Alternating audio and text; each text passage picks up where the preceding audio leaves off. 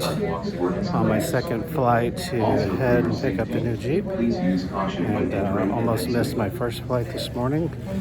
Gave myself a 30-minute window to get on, and the ticket booth line was out the door. So luckily a lady helped me and I was able to do that and made my flight, and everything looks good. So next stop, Greensboro.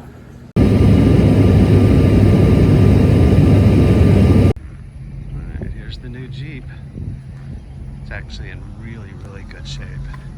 Very clean and well taken care of.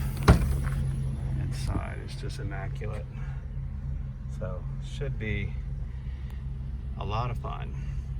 So now I get a 7-hour drive to get home, and I'll start moving all the mods over.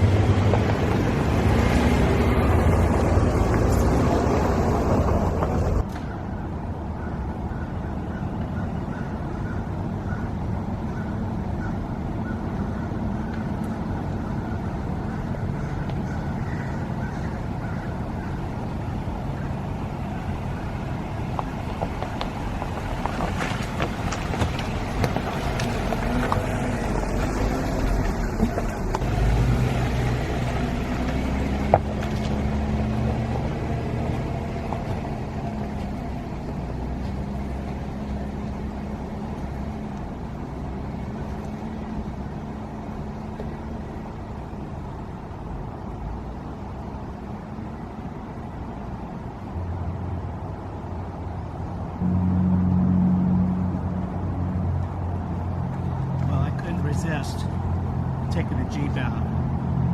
This is part of the Transamerica Trail that cuts through Tennessee and North Carolina.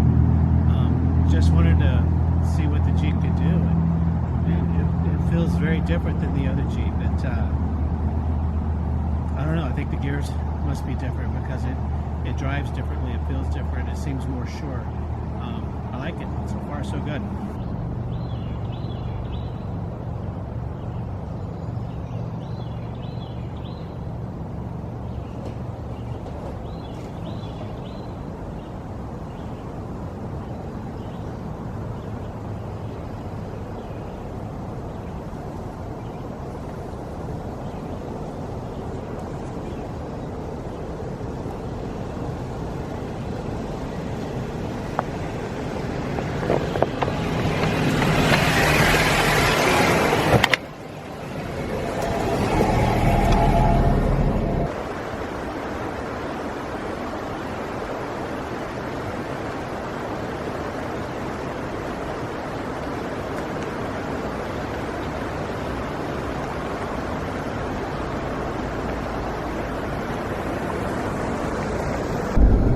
Okay, so I just took the Jeep on its first off-road outing since I got it about 3 hours ago.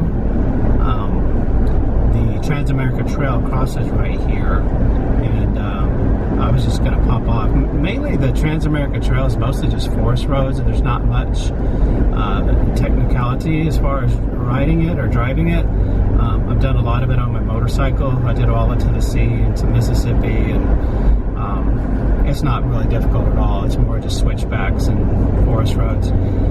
This part right here had a little offshoot trail that was pretty rocky going up, so I put it in 4 low and disconnected the sway bar, which is my first time ever to get to do, and I went ahead and engaged the rear locker, and it just went up it effortlessly. And the suspension is so tight on it. I mean, it was smooth and comfortable the whole time, which I didn't expect. Even though my other Jeep has new shocks and new springs, I didn't feel that it was tight as this Jeep is. I don't think this Jeep has ever been off-road. So really, really happy with it.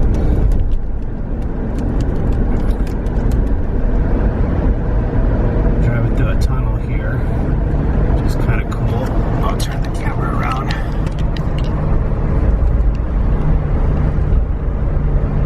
I don't see those every day, which is nice.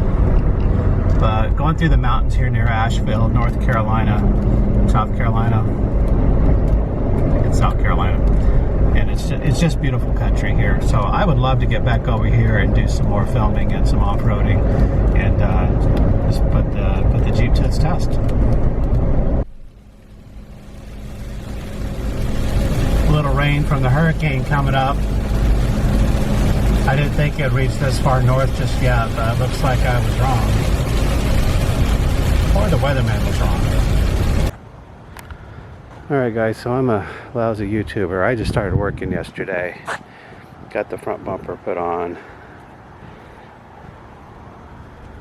The winch, everything. Nothing's wired up yet. My pillar lights. So gotta wire those. Inside, I got the radio installed and my vector bar.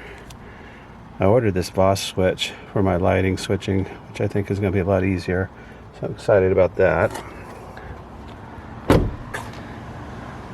And the back here, I got my goose gear on. Got my fridge in, and my shelf, and the fire extinguisher. So a lot got done. I just found it was easier just to work and get it all put in on the table. The table in, and then I still need to do the bumpers move over, do that today, and I got to wire in all the lights. I had 3 guys who on a moment's notice said they could come and help move the top over, so we did. The top is really super simple. There's 3 bolts, just like a hard top. So there's 3 bolts here. You take those off.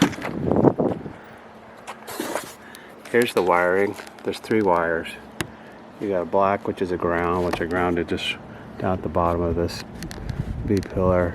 The red's a hot, and the blue goes to the backup brake light, or the brake light back here. So that's what the blue wire goes to. So when you put in the blue wire, I ran it to the back, ran it through here, down through here, and then it comes in to right here. Like this. Okay, so I soldered it in. So it's the orange and white wire is the wire that you hook it to. So I just soldered that in, and then this is my backup camera wire that I pulled through from the front radio. So yeah, it's pretty simple. So then the other thing on the Ursa Minor is you have these bolts right here which come up, and there's latch metal piece on the Ursa Minor that hooks to. And those are really hard to get in because you can't get access to the backside very well. But that's all that holds it on. That's it. It's pretty simple. So that's good. So today I'm gonna run wires, and I'm gonna get the bumper put in, and I'm thinking I'm gonna leave my armor underneath this Jeep and go with some aluminum armor on the new one because it's just lighter. And I'm probably not going to film anything. I'm just going to move everything. It'll be easier. But I think it looks good. I think it looks really good. I like the black on the red. I think the red top on the red Jeep was too much, but I think it looks good. But I am going to put the solar panel in, and I will film that, and then under here, I wasn't able to move my dual battery over because of unforeseen things. So here's my air compressor's in. Here's the Voss switch, which I love about this. It's $250. It's waterproof. You got wires that run to the battery, and then 8 switches can go into here, and then just one lead goes inside the cabin, and that's it. It's going to be super easy to wire things in. On the Genesis battery setup, I pulled everything out of the other Jeep. I was going to put it in here, but what I didn't realize is that when I put this emission piece right here, moves over to here, and you have to cut these guys to make it fit properly, and it won't reach back to its original position once you cut all that. And I'm just like, oh shoot, I'll just order a new one. So that's what I did. Hopefully the next owner of the other Jeep will be happy because I have 2 batteries, so that'll be nice for them. So that's it. So I'm gonna get started.